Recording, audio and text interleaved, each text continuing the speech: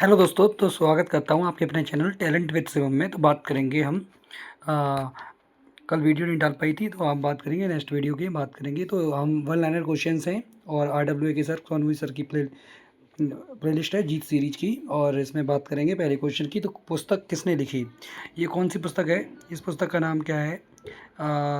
Selection days पुस्तक किसने लिखी? तो ये सिलेक्शन डेज पुस्तक लिखी है अरविंद अडिगा ने।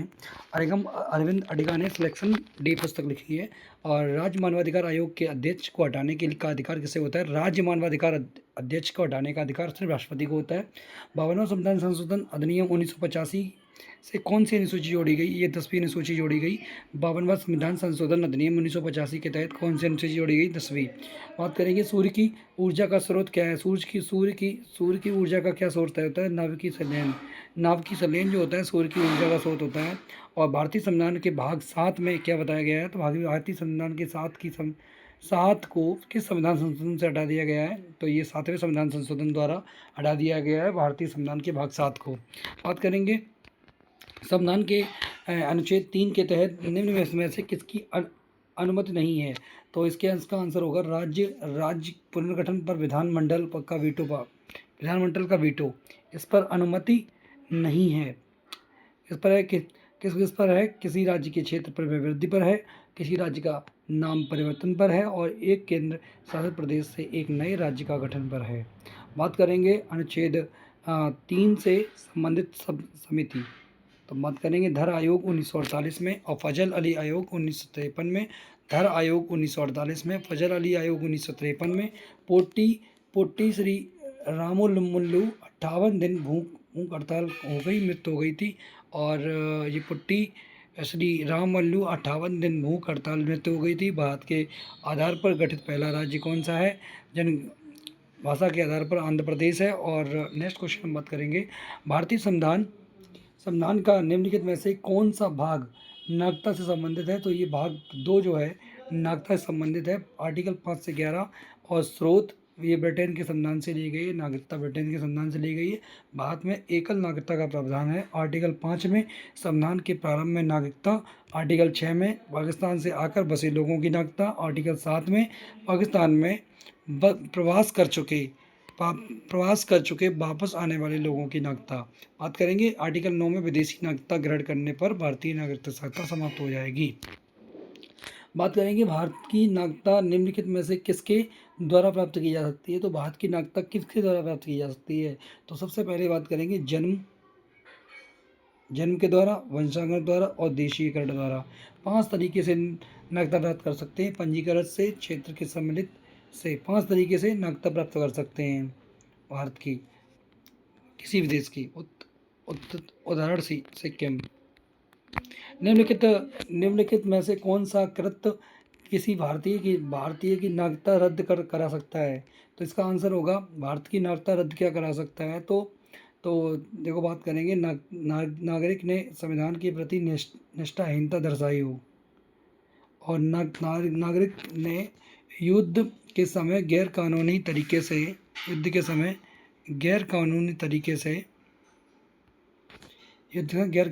से शत्रु के साथ संपर्क साधा हो। तो ये मतलब है दोनों आंसर इसका हो जाएगा। यानी कि नागरिकता की समाप्ति, त्याग और समाप्ति वंचित कैसे होता है। बात करेंगे नेक्स्ट क्वेश्चन है तीसरी बौद्ध परिषद किस शहर में आयोजित की गई थी? तो तीसरी बौद्ध परिषद जो थी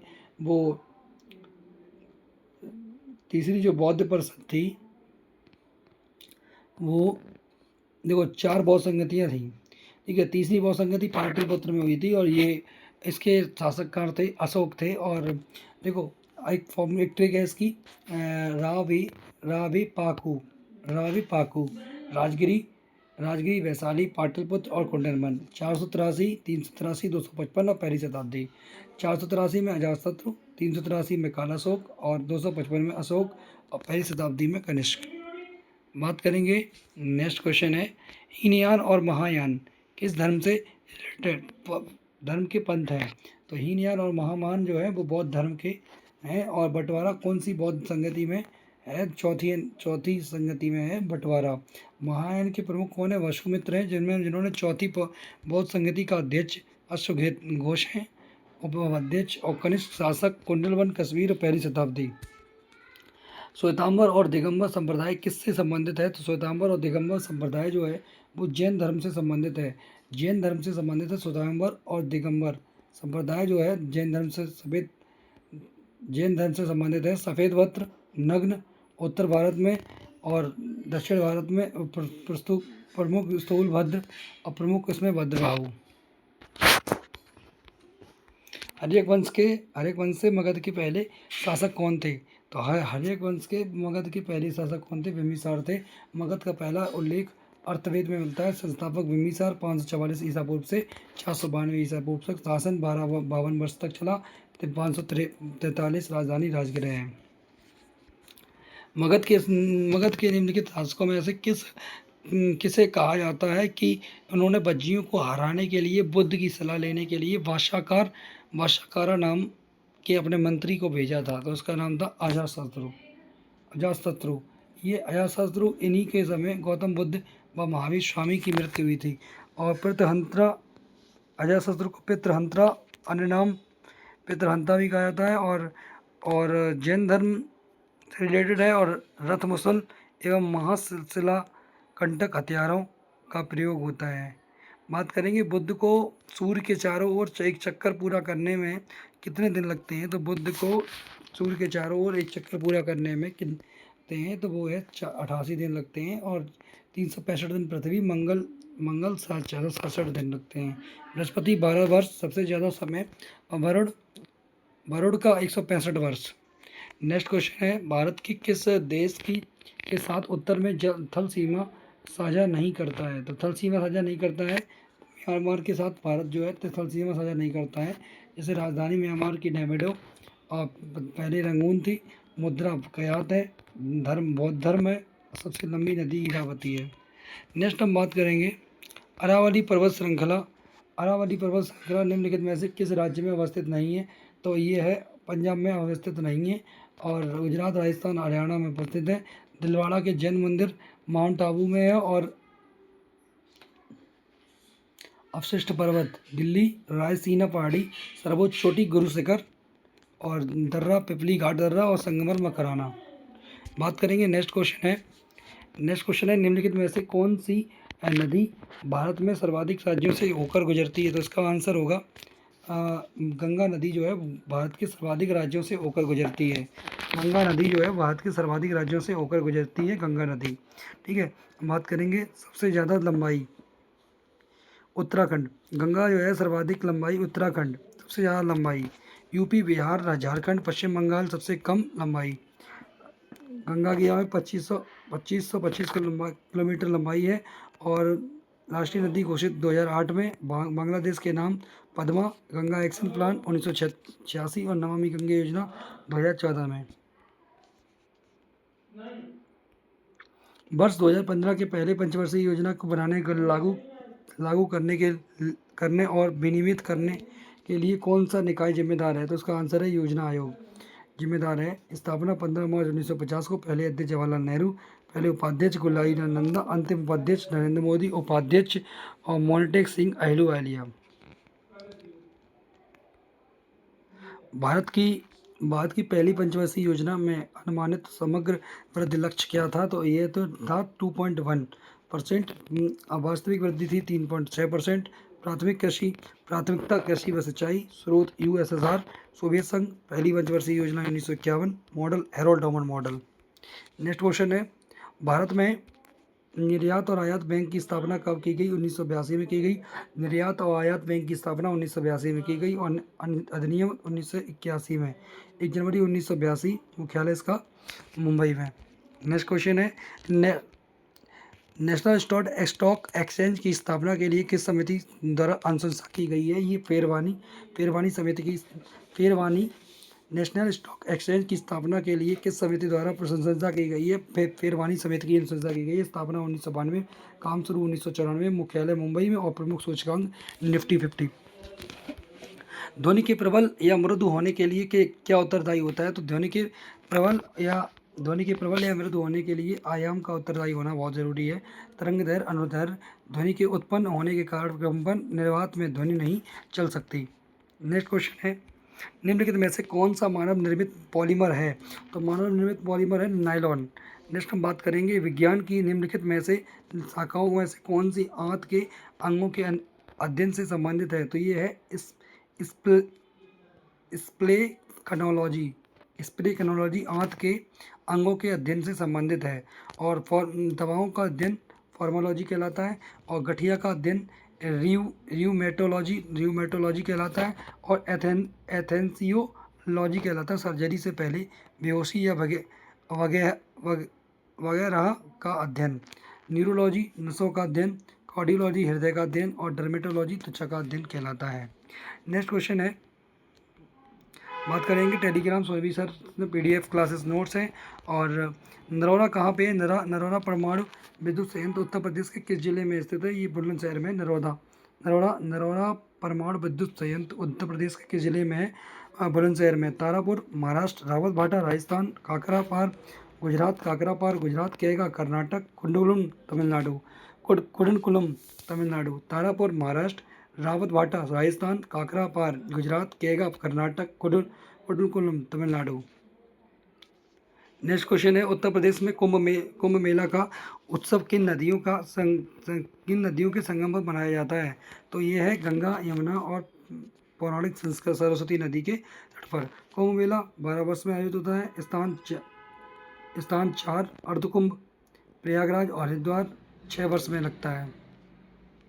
निम्नलिखित में से कौन सा कृषि उत्पादों में से व्यापार के लिए भारत का पहला कृषि वायदा सूचकांक है? ये है एग्रीडेक्स। ये लॉन्च हुआ 2020 में और 10 कृषि उत्पादन शामिल हैं। नेक्स्ट क्वेश्चन है, भारत में राज्य स्तर पर वैट किस वर्ष लागू हुआ था? तो वैट 2005 में लागू हुआ था। वैल्यू एडेड टैक्स कहते हैं इसे। ये अप्रत्यक्ष कर होता है। सबसे पहले ये फ्रांस में लागू हुआ था। और वैट के स्थान पर GST लगता है। 2005 में लागू हुआ था वैट। 3R सिद्धांत का सही क्रम क्या है? तो 3R सिद्धांत का सही क्रम है रिड्यूस, रियूज और रिसाइकल्ड, ये यूज़ है। नेक्स्ट क्वेश्चन है, IPS भर्तियों के लिए चरण 1 प्रशिक्षण आमतौर पर कहाँ आयोजित किया जाएगा? ये किया गया है, ये सरदार वल्लभ भाई पटेल राष्ट्रीय पुलिस अकादमी,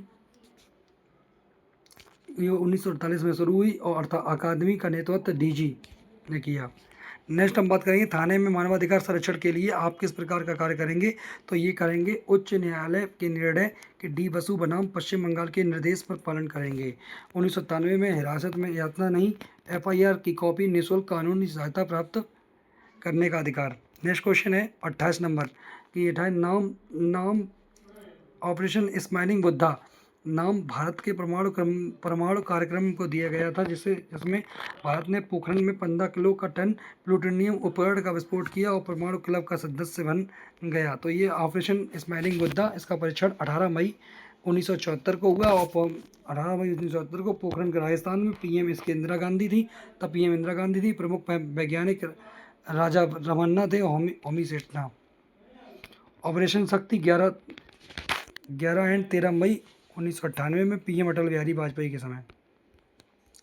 नेक्स्ट क्वेश्चन है पेट्रोलियम निर्यातक देशों का संगठन OPEC का गठन कहाँ किया गया था? तो OPEC बगदाद सम्मेलन में किया गया था। ये 1960 में इसका मुख्यालय वियना में है और सदस्य हैं 12।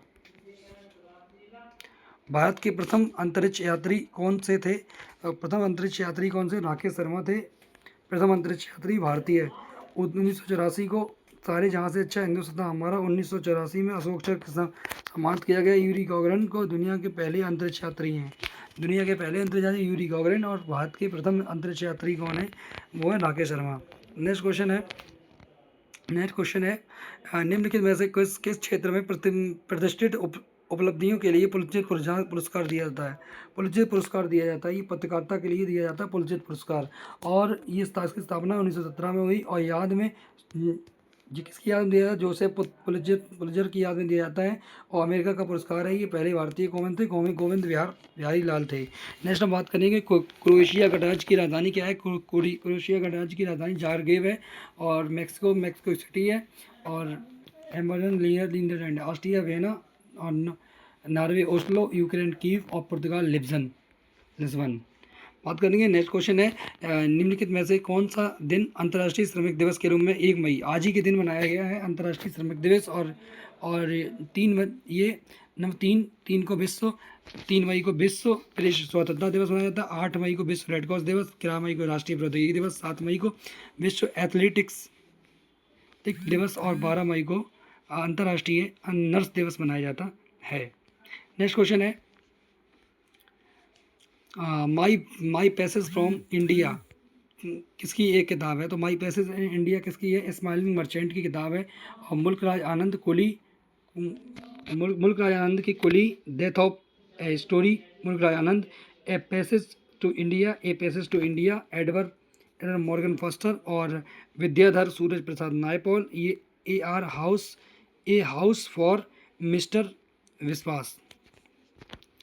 पोलो में खिलाड़ियों की संख्या कितनी होती है? पोलो में खिलाड़ियों की संख्या होती है 4, वाटर पोलो में 7, क्रिकेट में 11, हॉकी में 11, 6 वॉलीबॉल में। एजरा कप पोलो से संबंधित है, ठीक है। संगोल कंगाई पोलो का नाम है मणिपुर में। पोलो की शुरुआत मणिपुर से हुई थी। ओलंपिक में शामिल 1900 और लास्ट ओलंपिक 1936 में। महिलाओं और SC/ST समुदायों में उद्यमिता को बढ़ाने के लिए भारत में भारत सरकार द्वारा कौन सा कार्यक्रम शुरू किया गया था? तो ये स्टैंड अप इंडिया की शुरुआत हुई थी 2016 में। उद्यमिता को बढ़ावा देने के लिए ऋण 10 लाख से 1 करोड़ तक। और डिजिटल इंडिया 2015, स्किल इंडिया 2015 शुरुआत हुई। एक कंप्यूटर में फाइल फोल्डर आदि के चित्रात्मक निरूपण को क्या कहा जाता है? एक कंप्यूटर के फाइल फोल्डर को चित्रात्मक रूप में आइकॉन कहा जाता है। आपने सुना होगा, आइकन जैसा होता है। हाल ही में Bharat interface for money Bhim भुगतान ऐप का ब्रांड एम्बेसडर किसे नियुक्त किया गया? महेंद्र सिंह धोनी को। भीम का महेंद्र सिंह धोनी भीम है।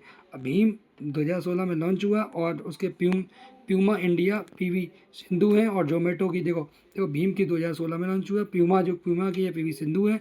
जोमेटो की शाहरुख खान है। और बूट का रणवीर कपूर है। बूट कंपनी है ना।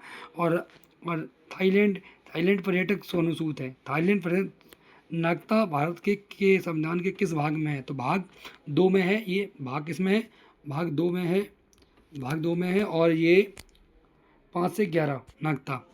अगर आपको ये वीडियो अच्छी लगी हो तो इसे लाइक करें, शेयर करें, सब्सक्राइब करें, ठीक है, जिससे आपको नेक्स्ट वीडियो की नोटिफिकेशन जल्दी मिल सके। धन्यवाद। जय हिंद, जय भारत। ये G सीरीज है, सोनवी सर की प्लेलिस्ट की PDF चल रही है।